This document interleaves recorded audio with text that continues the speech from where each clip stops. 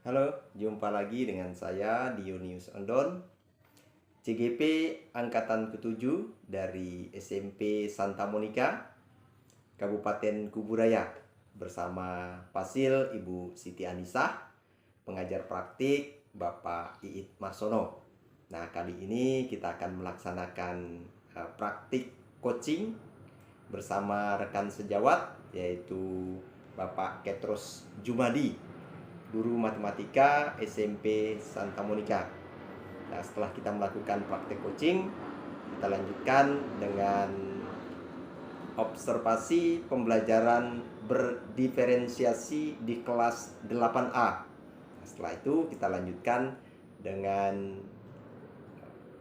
percakapan pasca observasi.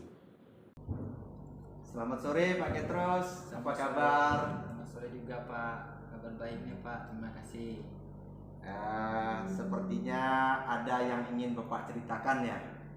Iya betul Pak, ada yang ingin saya ceritakan. Saya ingin menceritakan masalah anak saya di kelas 8A.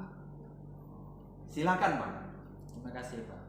Nah, di kelas 8A itu salah satu seorang anak yang saya amati selama saya mengajar kurang memahami materi matematika yang saya ajarkan. Walaupun belajar bisa kelompok, saya mengajarkan aktivitas belajar mandiri juga sering saya lakukan. Si anak tersebut selain diam juga melamun. Saya ingin anak tersebut bisa ceria dan ikut aktif bersama kawannya. Oh, jadi masalahnya ada anak kelas 8A yang kurang paham dengan materi, sehingga dia diam sendiri, melamun. Begitu ya Pak? Iya betul. Eh, jadi harapan Bapak agar anak di kelas 8A tersebut mau terlibat aktif dalam belajar, begitu ya Pak? Ya betul Pak. Oh, baik Pak. Eh, kita boleh ya bincang-bincang ringan ya Pak ya. Apa yang ingin Bapak capai pada bincang-bincang ini Pak, tentang harapan Bapak misalnya? Saya ingin mendapatkan pemecahan salah atas anak didik saya tersebut Pak, agar anak tersebut mau termotivasi belajar bersama teman-temannya, mau aktif dalam pembelajaran di kelas.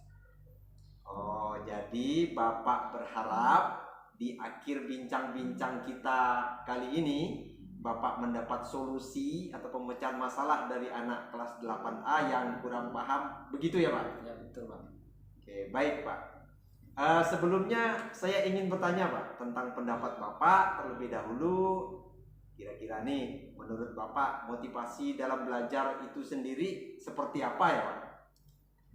Motivasi dalam belajar menurut saya Pak, yaitu aktif dalam belajar, ceria menyelesaikan tugas yang saya berikan, paham dengan materi yang saya ajarkan, dan pada akhirnya terjadi peningkatan pada nilai akademik anak tersebut. Oh, baik Pak. Jadi menurut Bapak, anak yang termotivasi dalam belajar adalah anak yang aktif dalam belajar, ceria, menyelesaikan tugas yang diberikan, memahami materi yang disampaikan. Akhirnya nilai akademiknya menjadi meningkat. Begitu ya Pak? Iya Pak. Menurut Bapak, indikator anak yang bisa termotivasi itu yang bagaimana ya Pak?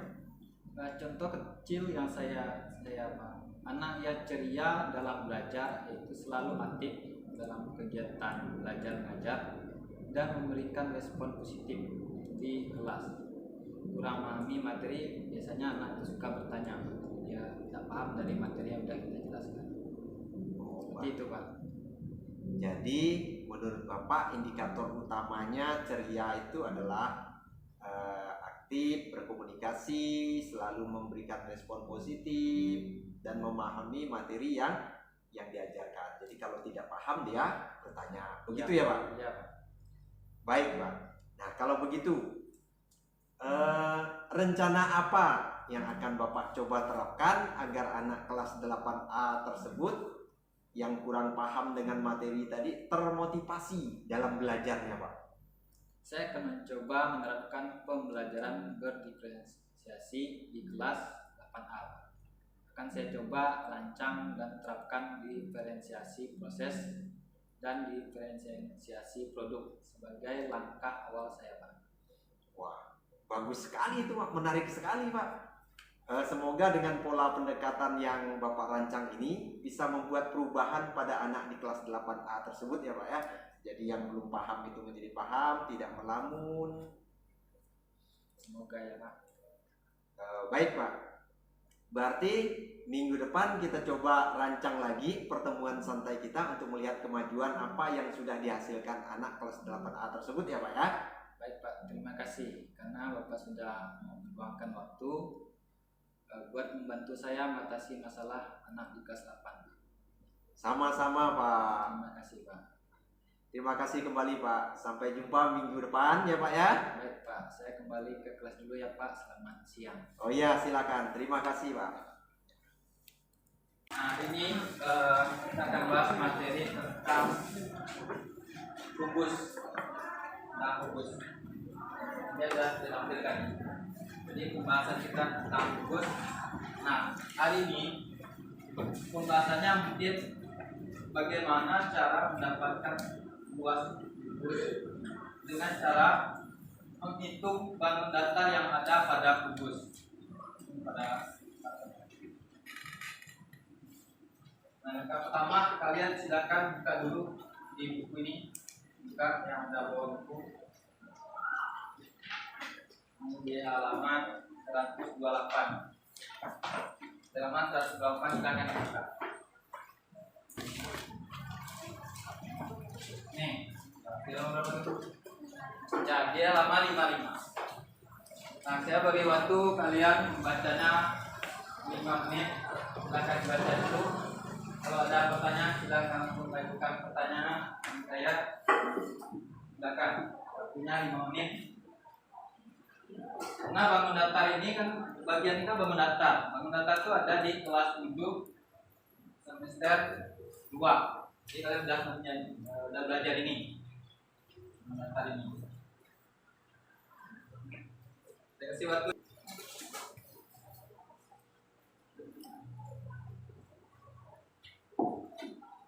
Silakan kalau ada pertanyaan.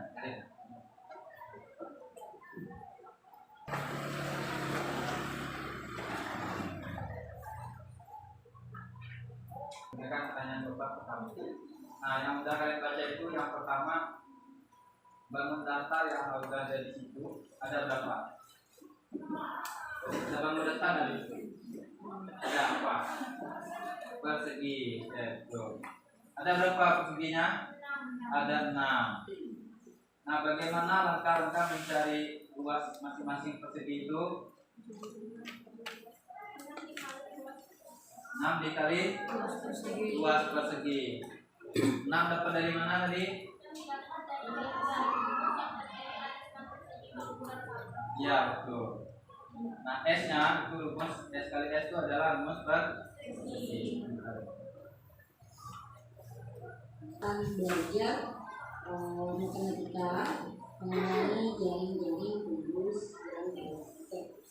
Jaring-jaring kubus itu terdiri atas 6 buah persegi. Jadi penyusun bangun datar kubus itu adalah persegi. Nah, kita akan menghitung luas jaring-jaring kubus. Luas jaring-jaring kubus itu bisa disebut juga sebagai luas permukaan ya. Kalau kita luas permukaannya, kita menggunakan luas dari 6 persegi penyusun bangun kubus tersebut. Ini adalah jaring-jaring kubus ya, jaring kubus 1 4 1 ya, 1 2 1. Nah, modelnya ya oke. Di sini buat di sini A maksudnya adalah alas. Nah, alas nanti dia akan berhubung dengan ya, kalau kita lihat nanti menggunakan 2 dengan 4 ya. Persegi yang 1 akan berhadapan dengan persegi ketiga. Gitu ya. Oke. Nah, misalkan di sini panjang rusuknya atau sisi perseginya adalah 4 cm. Nah, luas persegi rumusnya kan sisi kali sisi ya. Berarti 4 kali 4 sama 6 berarti kita menjumlahkan 6 buah persegi ini. Luasnya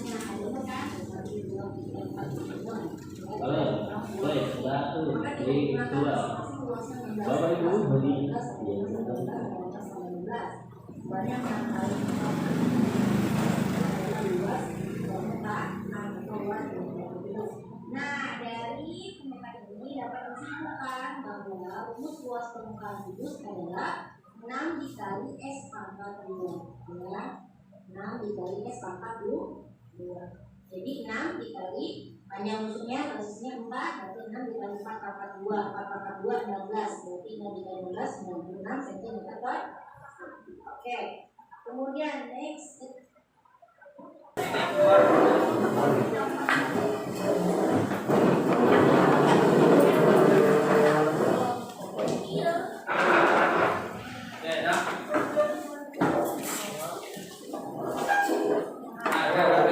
Yang pertama, kalian tulis dulu nama kelompoknya di atas. Ya, boleh. Yang nomor satu tuh kamu mencari luas jari-jari dengan panjang sisinya 4. Ini 4. Kan ada A, B, C, D, jadi masih cari masing-masing satu-satu. Luas A, luas B, luas A, luas B, luas C. Berikutnya nomor 2 itu dia gugus dengan panjang maksudnya ke 4 dicari. Kemudian nomor 3, jadi nomor 3 itu cuma menyebutkan aja berapa luas permukaan jari-jari gugus. Tinggal jari-jari tinggal ditulis di sini. Nomor 4, berapakah luas permukaan gugus yang panjang maksudnya 4 cm. Tuh tadi tinggal ditulis di sini nanti kalau udah dapat luas. Yang kelima, baru kamu buat kesimpulan. Apa sih yang kamu dapat itu dari soal nomor 1 dan 2, dari jari-jari gugus dan gugus. Jadi ada luas permukaan. Jadi kamu buat kesimpulan. Ya silakan mulai. Kalau mau nanya silakan, kalau mau bertanya boleh. Mengerjakan.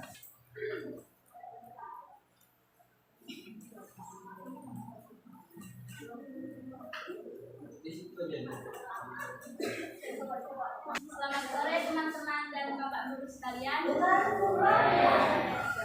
Ini saya dan teman-teman akan mempresentasikan hasil kerja kelompok kami. Tolong dilihat ya. Terima kasih. Kalau ada salah kata.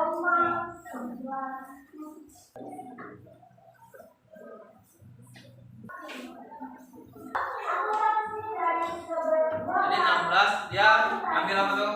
Sisi kali sisi, luas persegi. Panjang sisinya 4. 4 kali 4 16. Nah, sisinya ada berapa?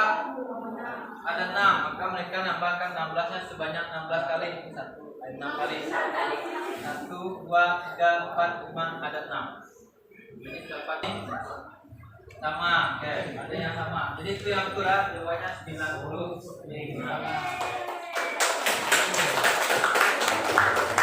Ganti ya. Ini ada nomor 2. Nah, tidak usah gambar, bisa langsung aja. Ya, ke bawah ya, bisa. Ke bawah. nomor 3 misalnya luas permukaan dari gugus itu sudah dijelaskan di sini 16 cm. Kalau nomor 4 misalnya luas permukaan gugus yang panjang sisinya 4 cm. Jawabannya 96 cm sampai 2. 5 pas sebanyak. Jadi kesimpulan yang kita ambil adalah pada nomor 1 dan 2 ada gugus dengan jari-jarinya. Dan untuk luas permukaan gugus sama dengan kita untuk luas jari-jarinya. Siapa untuk nekat dan maju?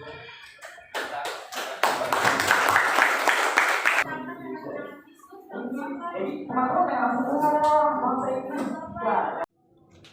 Oke, baik Pak Ihit, Pak Petros. Selamat sore. Terima kasih sudah meluangkan waktu untuk memberikan kesempatan buat saya untuk ngomong-ngomong dengan rekan sejawat yaitu Pak Petros Jumadi, guru matematika. Sebelumnya saya menyampaikan kepada Pak Ihit selaku BP, ini adalah video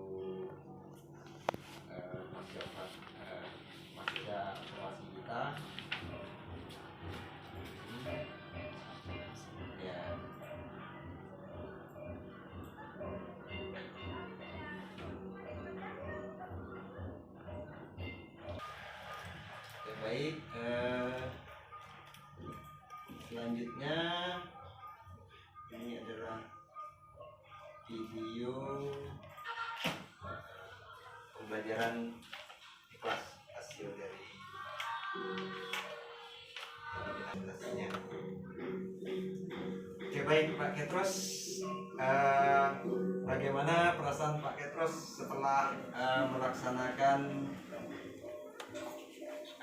proses pembelajaran berdiferensiasi ini, Pak? Setelah saya melakukan ini dari tanggapan kemarin di kelas, saya melihat anak-anak mulai dari kemarin yang tidak termotivasi untuk belajar, ada rupa anak yang sudah mulai meningkat terutama belajarnya, jadi ada yang aktif, dan juga prosesnya kemarin juga mereka bisa menyimpulkan dari hasil akhir. Jadi sudah ada perubahan ya Pak ya, perubahan ke arah peningkatan dari yang tidak aktif menjadi aktif. Nah, kira-kira menurut Bapak Pak, kalau memang ada waktu, kalau boleh memperbaiki ulang, kira-kira pada bagian mana yang mau Bapak perbaiki Pak? Mungkin lebih ke konten, di konten ya, konten pembelajaran. Saya kemarin kepikiran belum nampak munculkan konten dalam arti bisa juga produk kemarin kan bahas tentang bagaimana menemukan luas permukaan kubus. Jadi saya sebenarnya mau menampilkan jaring-jaring kubus. Jadi kedepannya nanti saya kalau melanjutkan materi tentang balok, tentang rencana saya mau membuat jaring-jaringnya, dibawa produknya dulu.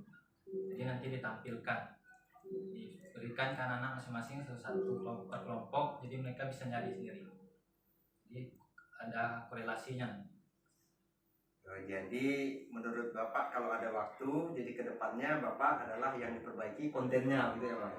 Kontennya lebih ke jaring-jaringnya. Nah, kira-kira kedepannya rencana apa Pak yang mau Bapak kembangkan setelah menerapkan pembelajaran berdiferensiasi ini dengan memperbanyak konten, atau mungkin ada yang lain yang ingin Bapak kembangkan Pak? Mungkin lebih ke pengembangan saya, mungkin kemarin saya rasa yang masih kurang juga ya tentang membuka, saya kurang beri motivasi kepada anak-anak. Jadi ternyata masih ada juga yang masih belum aktif banyak di kelas, beberapa orang. Kemudian mereka kena kelompok yang tidak begitu juga aktif kan orang. Jadi nanti menurut saya rencana ke depan kalau saya bagi kelompok lagi, saya akan bagi kelompok yang lebih aktif dengan yang kurang, biar bisa membantu nanti di kelas. Oke, berarti kedepannya adalah pembagian kelompoknya dengan kontennya Pak ya. Jadi kelompoknya mungkin yang aktif dibagi supaya menyebar gitu ya Pak ya. Betul. Oke. Terima kasih banyak ya Bapak sudah melakukan pembelajaran berdiferensiasi, kemudian kedepannya mau menerapkan lebih banyak konten, kemudian mau memotivasi anak lagi di awal. Ya, harapan saya mudah-mudahan kedepannya anak semakin termotivasi, jadi belajar matematikanya semakin senang sehingga nilai akademiknya lebih baik. Terima kasih ya Pak Sekres. Sukses. Terima kasih untuk kawan-kawan hebat yang sudah menonton. Semoga video ini bermanfaat. Sampai ketemu pada video berikutnya. Bye.